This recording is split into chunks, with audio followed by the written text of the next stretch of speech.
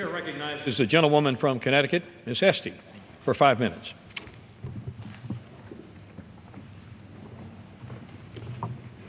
Thank you, Mr. Speaker. Mr. Speaker, this House's silence on preventing gun violence and keeping guns out of the hands of dangerous individuals is a betrayal of the American people. Americans are 25 times more likely to be murdered with a gun than in any of our peer countries.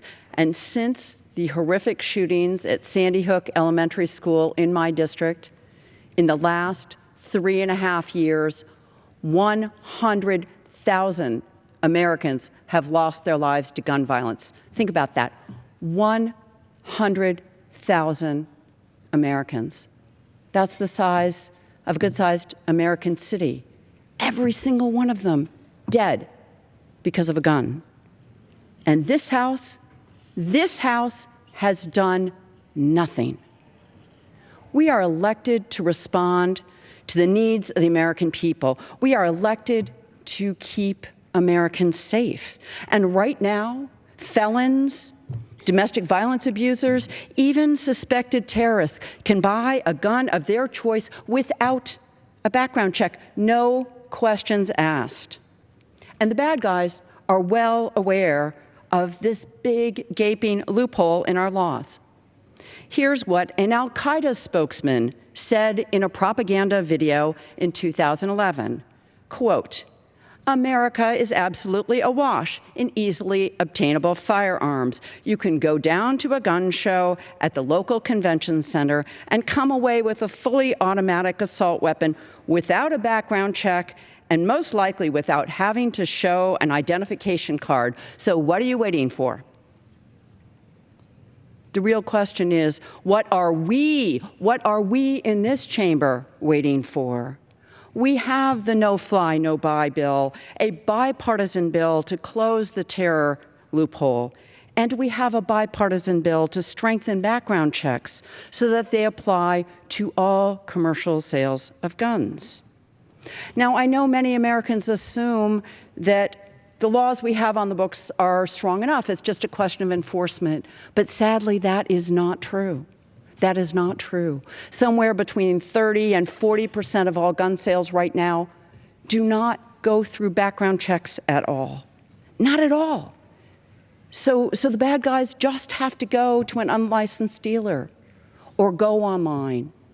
And let's be very clear, 20 years ago when Congress passed the background check bill, when they passed that bill, people didn't buy guns online. People didn't buy much of anything online.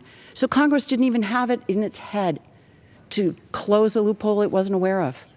But it is now this Congress's, it is now our job to respond to the needs of the 100,000 Americans who have died in the last 3.5 years and to take action to save lives. Now, no single law can end gun violence, but we do know that laws work. They work, and improved background checks save lives. For example, in Connecticut, our permit to purchase law has reduced gun homicides by 40%. That translates into 296 lives saved over a 10-year time period. And in states that have closed background check loopholes, 46% fewer women are killed by domestic partners, and 48% fewer on-duty police officers are shot to death. It's half of those lives saved. And each one of those lives saved is precious. Each one has a family. Each one has loved ones. And sometimes we forget that when we're talking about thousands of this and hundreds of that and millions of dollars and trillions of dollars. Each and every life is important and precious, and we are sworn to help the American people. Here's the bottom line. Better laws work, and background checks work to save lives. The bill that the majority is bringing up this week doesn't really help.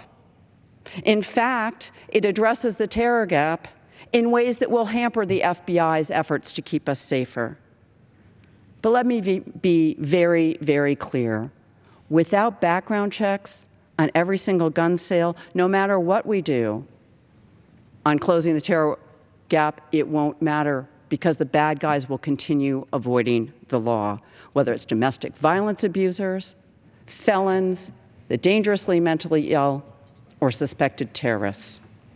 Mr. Speaker, there are steps we can take to make our community safer. There are steps we can take to save lives, and I call on this House to call up this week the bipartisan bill to expand background checks. With that, I thank you, and I yield back.